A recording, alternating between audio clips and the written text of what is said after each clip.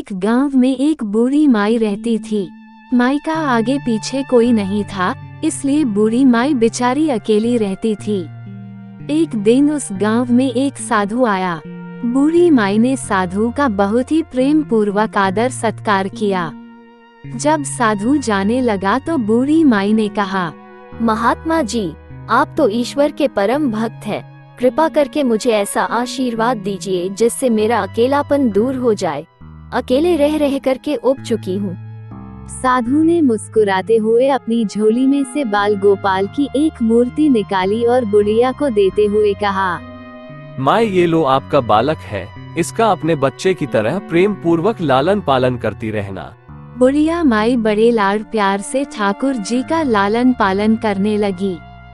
एक दिन गांव के कुछ शरारती बच्चों ने देखा कि माई मूर्ति को अपने बच्चे की तरह लाड कर रही है। नटखट बच्चों को माई से हंसी मजाक करने की सूझी। उन्होंने माई से कहा, अरे मैया सुन, आज गांव में जंगल से एक भेड़िया घुस आया है जो छोटे बच्चों को उठाकर ले जाता है और मारकर खा जाता है। तू अपने लाल का ख्याल रखना, कहीं भेड़िया इसे उठाकर ना ले जाए। बुढ़िया माई ने अपने बाल गोपाल को उसी समय कुटिया में विराजमान किया और स्वयं लाठी छड़ी लेकर दरवाजे पर पहरा लगाने के लिए बैठ गई। अपने लाल को भेड़िए से बचाने के लिए बुढ़िया माई भूखी प्यासी दरवाजे पर पहरा देती रही। पहरा देते देते एक दिन बीता, फिर दूसरा, तीसरा, चौथा और पांचवा दिन बीत गया। बुढ़िया माई 5 दिन और 5 रात लगातार बगैर पलके झपकाए भेड़िए से अपने बाल गोपाल की रक्षा के लिए पहरा देती रही। उस भोली भाली माई का ये भाव देखकर ठाकुर जी का हृदय प्रेम से भर गया। अब ठाकुर जी को मैया के प्रेम का प्रत्यक्ष रूप से आस्वादन करने की इच्छा हुई। भगवान बहुत ही सुंदर रूप धारण कर वस्त्राभूषणों से सुसज्जित होकर माई के पास आए। ठाकुर जी के पांव की आहट पाकर माई डर गई। कहीं दुष्ट भेड़िया तो नहीं आ गया मेरे लाल को उठाने।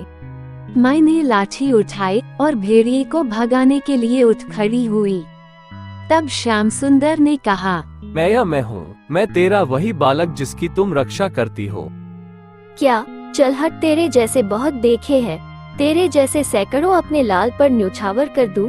अब ऐसे मत कहियो, चल भाग जा यहाँ से। ठाकुर जी माई के इस भाव और एकनिष्ठता को देखकर बहुत ज्यादा प्रसन्न हो गए। ठाकुर जी माई से बोले, अरे मेरी भोली माँ, मैं त्रिलोकीनाथ भगवान विष्णु हूँ। मुझसे जो चाहे वरदान मांग ले, मैं तेरी भक्ति से प्रसन्न हूँ। अच्छा, आप भगवान हो, मैं आपको सत सत प्रणाम करती हूँ। कृपा कर मुझे यह वरदान दीजिए कि मेरे प्राण प्यारे लाल को भेड़िया न ले जाए। अब ठाकुर जी और ज्यादा प्रसन्न होते हुए बोले, तो चल माया, मैं तेरे लाल को और तुझे अपने निज धाम लिए चलता हूँ। वहाँ भेड़िए का कोई भय नहीं है। इस तरह प्रभु बुढ़िया माई को अपने निज धाम ले गए। इस कहानी से शिक्षा मिलती है कि जब हम पूरी तरह से तन्मय होकर अपनी पवित्रता और शांति की रक्षा करते हैं, तो एक न एक दिन ईश्वर हमें दर्शन जरूर देते हैं। भगवान को पाने का सबसे सरल मार्ग है, भगवान को प्रेम करो निस्वार्थ प्रेम, जैसे बुढ़िया माई ने किया।